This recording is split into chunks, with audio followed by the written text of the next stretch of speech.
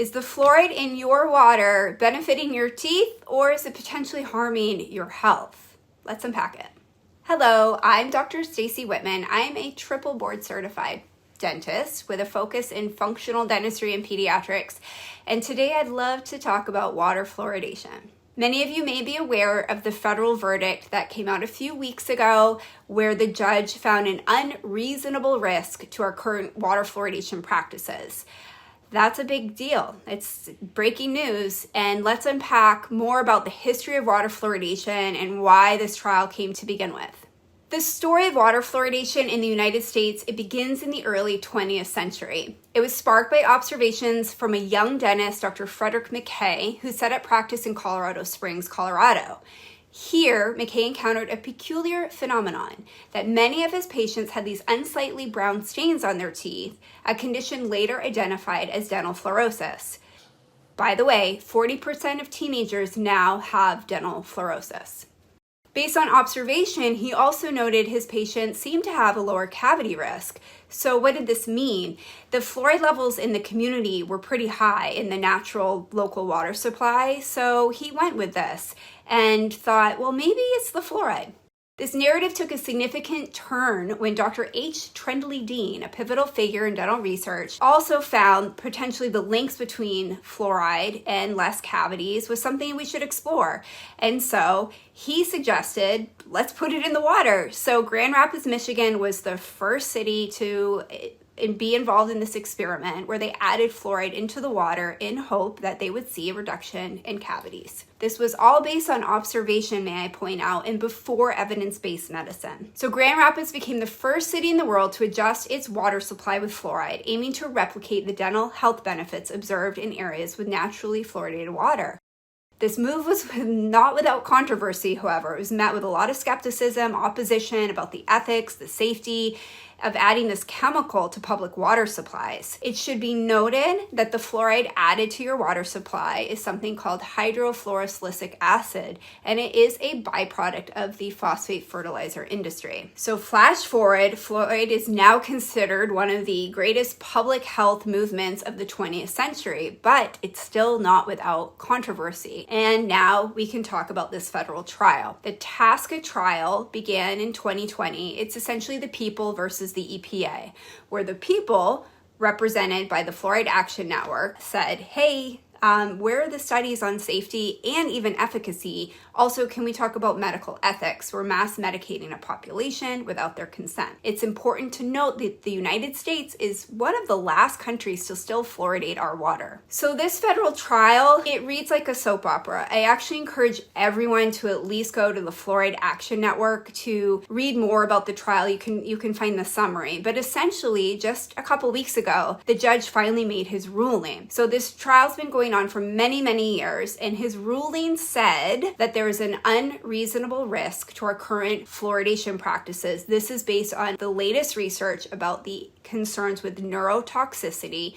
especially when women who are pregnant are drinking fluoridated water and when infants and children are exposed to it. Now you're going to hear the dose makes the poison, but that's the exact issue that we're having, is that we're mass medicating an entire population, not factoring in their weight, how they're absorbing and metabolizing and excreting fluoride, and also how much water do they drink a day. I may drink a liter of water. You may drink 4 liters of water, so you're getting more fluoride. The other concern that is important to know is we are exposed to fluoride from other sources, from swallowing toothpaste, swallowing varnishes, mouth rinses, pharmaceuticals. Many pharmaceutical medications have fluoride, as well as ultra-processed foods. Any food that you consume that's made at a factory with fluoridated water is going to have fluoride in it. So because of this, it's impossible to really understand how much fluoride we are all exposed to on a daily basis. And here comes that controversy where we are finding neurocognitive issues in children whose moms and as young babies are exposed to too much fluoride.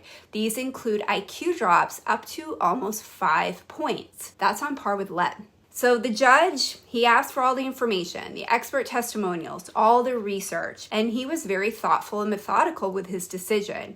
and determined that there is an unreasonable risk with our current fluoridation practices. So what does this mean? He said, Dr. Judge Chen, to the EPA, the Environmental Protection Agency, this is on you now. You have to start regulating this, which they haven't been, and they can't ignore his ruling. So the EPA so far has remained silent. Organizations like the American Dental Association and the American Academy of Pediatrics, they're doubling down, still saying they support water fluoridation. However, many of us out here are shrugging our shoulders saying, but you're choosing teeth over brain development in children. That to me, it's a bit confusing and it's conflicting information. Here's the thing too that's important to note. Based on World Health Organization information, we see that countries who fluoridate versus those who don't have the same decay rate. So is water fluoridation even doing anything? We know the benefits of fluoride. They can actually help reduce cavity rate by making teeth more acid resistant. Those benefits are mostly topical in nature, meaning if you want to use fluoride, it should be a choice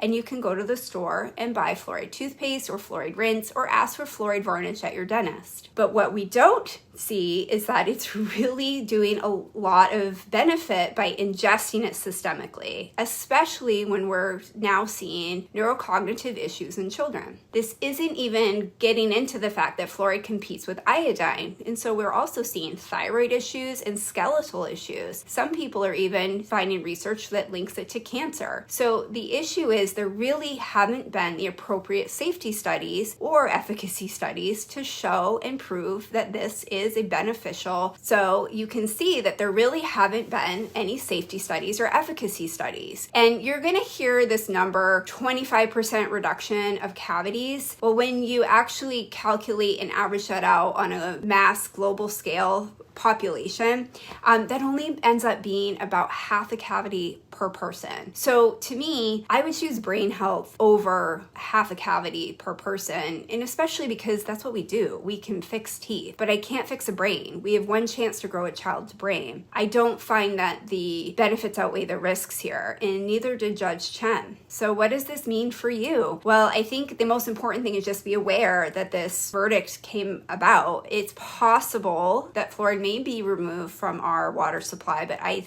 think that will take many, many years, if that even happens, because these organizations like the American Dental Association, the American Academy of Pediatrics, they're really fighting hard saying, no, we still believe in water fluoridation. I do think that's going to maybe come and bite them in the bum a little bit. We'll see. I will tell you there are attorneys swarming right now, and some local municipalities are starting to pull it from their water supplies, which I say, bravo. So if you have concerns, I suggest you reach out to your local water bureau, your city council, your mayor, your elected officials to say, hey, I think there are medical ethical issues here. I'm not consenting to receive this in my water. And also, what about all these studies about neurocognitive issues and thyroid issues and skeletal issues? And also, what about this federal verdict? An unreasonable risk, that's something we should be paying attention to. I like to share this too. I am a dentist who was trained traditionally, and I was a big advocate for fluoride. I didn't even question it. I told my patients to use fluoride topically, use fluoride systemically. I wrote prescriptions for it. I really advocated for water fluoridation. In fact, I picketed in Portland, Oregon to have it put in the water. This was before I started listening to the other side. Unfortunately, those with concerns are pegged pseudoscientists or woo-woo or conspiracy theorists. So I think we're finding, based on this federal trial, that that's not true. There's ample data to at least raise an eyebrow and say, maybe we got this wrong. We do get things wrong. It's okay. We thought it was serving a purpose. We didn't have a lot of studies and data on it. We didn't have any safety studies on it. We really didn't have any efficacy studies on it that were that impressive. And now we know better. So when we know better, we can do better. So how do you feel? How has fluoride affected you? Do you think water fluoridation is a good idea for the entire United States? Or do you feel we should have a choice and that we should be using it topically if we prefer it in our lives? And also, I'd like to point out there are alternatives like hydroxyapatite, which doesn't have the systemic side effect concerns like fluoride does. And actually, in many studies, it's performing as well, but actually even better. So let me know how you think. I hope this helps give you a little background, and I do encourage you to go to the Fluoride Action Network's page to learn more about the trial and read through the history of it. I think it's a really important topic in the history of the United States, and I think we all should be educated on it so that we can be advocates for ourselves. I hope this helps.